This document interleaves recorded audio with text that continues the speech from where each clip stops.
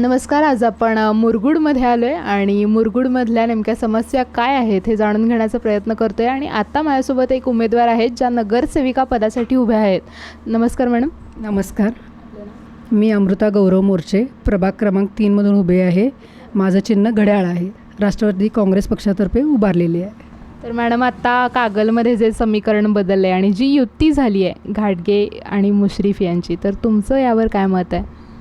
आदरणीय मुश्रीफ साहेब आणि राजे साहेब एकत्र आल्यामुळे, युती झाल्यामुळे लोकांना त्याचा भरपूर फायदा होणार आहे. दोघांनी एकत्र आल्यामुळे हत्तीचं बळ मिळाल्यासारखं झालेलं आहे आणि नक्कीच विकास होणार याची खात्री आहे, 100% खात्री आहे. तर आता जर का तुम्हाला संधी मिळाली नगरसेविका व्हायची, तर तुम्ही काय विजन असणार आहे तुमचं? आता प्रभागातून फिरताना बऱ्याच लोकांनी त्यांचे प्रॉब्लेम सांगितलेले आहेत. आधी सॉल्व झालेले आहेत, पण अजून थोडे लोकांपर्यंत पोचलेले नाही आहेत. रस्ते असतील, गटर्स असतील, घंटागाडी येत नाही आहे, पुन्हा पेन्शन नाही आहे, घरकुल नाही आहे, महिलांना रोजगार पाहिजे, तरुणांना रोजगार पाहिजे, CCTV, महिलांच्या सुरक्षेसाठी CCTVची गरज आहे, महिलांना सॅनिटरी त्याची गरज आहे. त्या गरजा पूर्ण करण्यासाठी ही युती महत्त्वाची आहे आणि इथून आम्हाला 100% सगळे प्रॉब्लेम सॉल्व होतील याची खात्री आहे.